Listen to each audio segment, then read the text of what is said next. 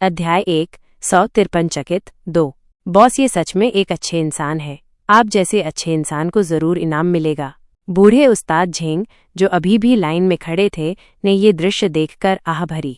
उन्होंने अपने पोते झेंग जियांगहाओ से गंभीरता से कहा, ये श्वान एक अच्छे इंसान है, तुम्हें उनकी अच्छी तरह से रक्षा करनी होगी। झेंग जियांगहाओ ने जोर से सिर हिलाया। दादाजी, चिंता मत करो, मैं जानता हूँ कि युवा स्वामी एक अच्छे इंसान है।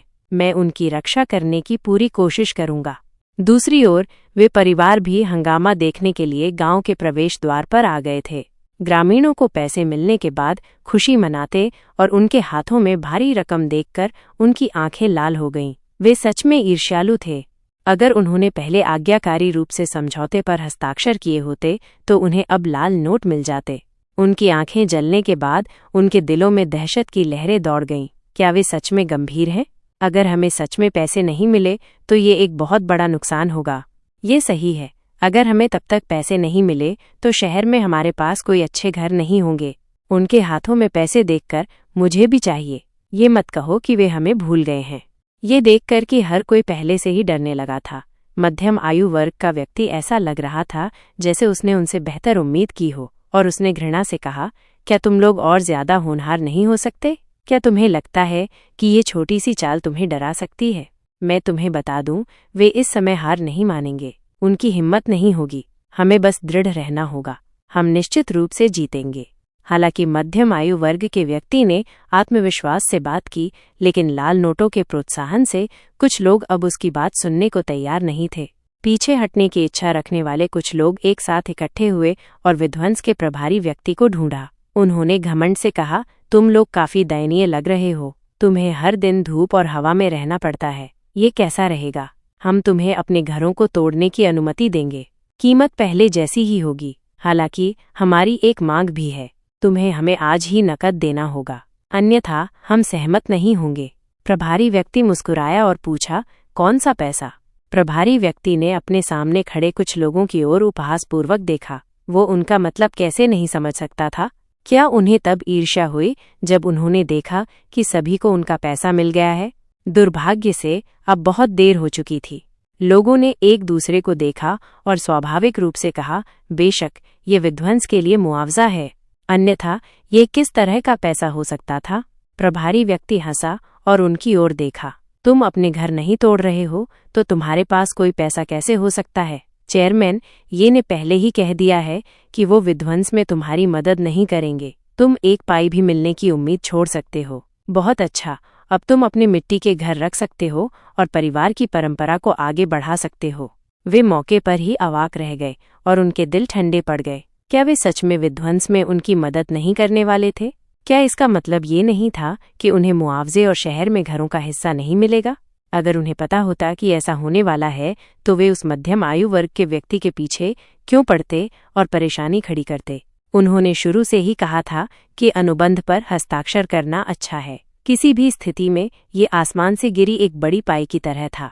अगर किसी को दोष देना था तो वो मध्यम आयु वर्ग का व्यक्ति था। ये सब उसकी वजह से हुआ।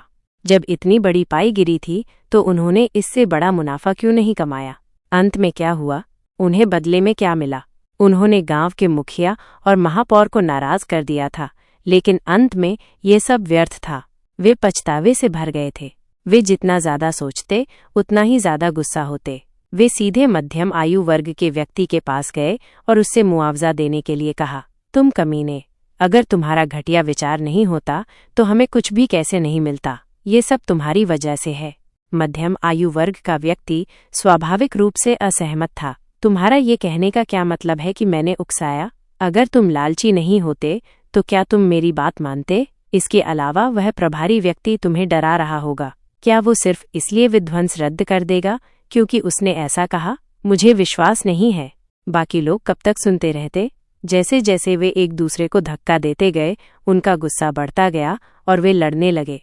जिन ग्रामीणों को अपना पैसा मिल गया था वे किनारे खड़े होकर हंगामा देख रहे थे और जोर जोर से मामले पर चर्चा कर रहे थे। ऐसे ही अंदरूनी कलह। क्या वे पहले काफी एकजुट नहीं थे? क्या वे एकजुट थे? यह उनके पारिवारिक एकता के कारण था। अब जब पैसा चला गया है तो क्या वे अभी भी शांति से सह अस्तित्व में रह सकते हैं? हम्फ, वे सच में एक ही थैली के चट्टे बट्टे हैं। अब जब उन्हें कुछ नहीं मिल सकता तो वे एक दूसरे पर दोष मढ़ना शुरू कर रहे हैं। वे अपनी लालच के बारे में क्यों नहीं बात करते? यह बहुत अच्छा है, तुम्हें वहाँ पैसे मिलते हैं और यहाँ लड़ाई के दृश्य देखने को मिलते हैं। जीवन अंतहीन रूप से खुशहाल है। ग्रामीणों के सहयोग से मुआवजा जल्दी से वितरित कर दिया गया। दिन भर कड़ी मेहनत करने वाले कई कर्मचारियों को देखकर यीशुआन ने हाथ हिलाया और घोषणा की, आज सभी ने कड़ी मेहनत की है। अपनी ईमानदारी व्यक्त करने के लिए मैं सभी को एक अच्छा भोजन कराऊंगा। सभी तुरंत खुशी से चिल्ला उठे, धन्यवाद चेयरमैन, ये अमर रहें। अरे कितनी शर्म की बात है चेयरमैन, ये बहुत विनम्र हैं। इस यात्रा से हमें बोनस मिला, कुछ पैसे मिले और हमें भोजन कराया जा रहा है। क्या ये बहुत अच्छा नहीं है? यीशुआन ने सभी को कार में बैठाया और फिर सभी को रात के खाने के लिए जिनलिंग इंटरनेशनल होटल ले गए। लियू यानरान ने पहले से ही जिनलिंग इंटरनेशनल होटल को फोन कर दिया था। प्रबंधक ने तुरंत कहा कि वो उनके लिए सबसे बड़ा बैंक्वेट हॉल आरक्षित कर देगा। जब सभी बैंक्वेट हॉल में दाखिल हुए और मुलायम कालीन पर कदम रखा तो वे आह भरे बिना नहीं रह सके। अमीर होना बहुत आनंदमय था। अगर चेयरमैन ये नहीं होते तो वे अपने जीवन में कभी भी इतने उच्च स्तरीय बैंक्वेट हॉल में प्रवेश नहीं कर पाते। फिर जो बात उन्हें सबसे ज्यादा हैरान कर गई वो अगली घटना थी।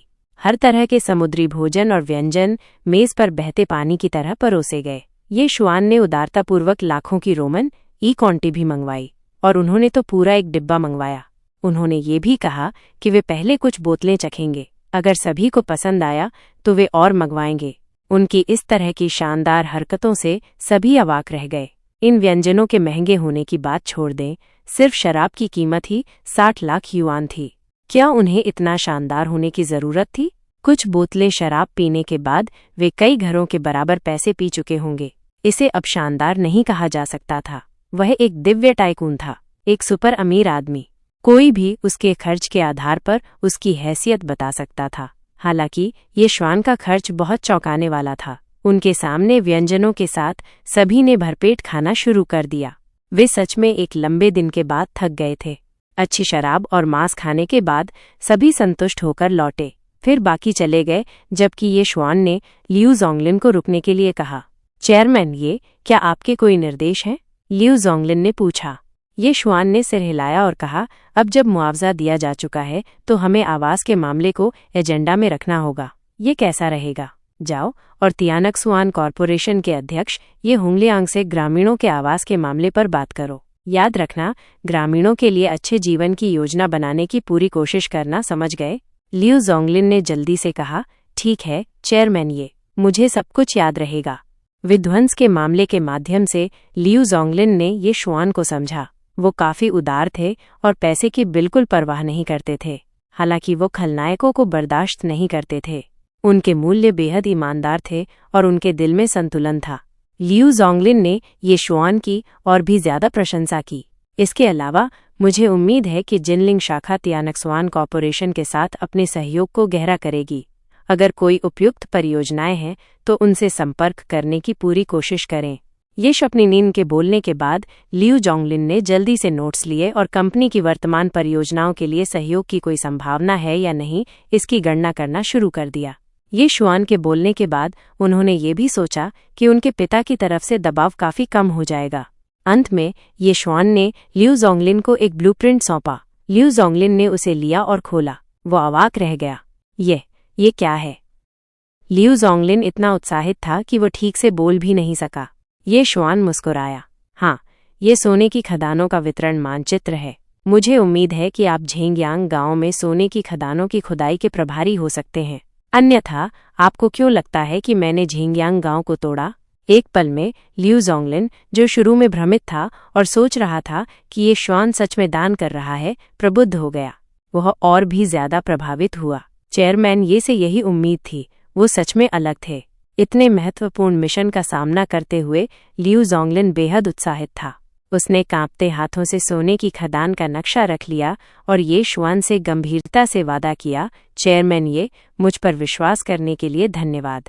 चिंता मत करो, मैं निश्चित रूप से तुम्हें दिए गए मिशन को पूरा करूंगा और तुम्हें निराश नहीं करूंगा। यीशुआन ने ज्यादा कुछ नहीं कहा। लियू जोंगलिन को यह मिशन सौंपना उसके सावधानीपूर्वक विचार का परिणाम था। चाहे क्षमता हो या चरित्र, लियू जोंगलिन सबसे अच्छा उम्मीदवार था। ये श्वान ने अपना काम और अन्य मामले व्यवस्थित करने के बाद लियू यानरान को उसे घर छोड़ने का निर्देश दिया। कहानी जारी रहेगी।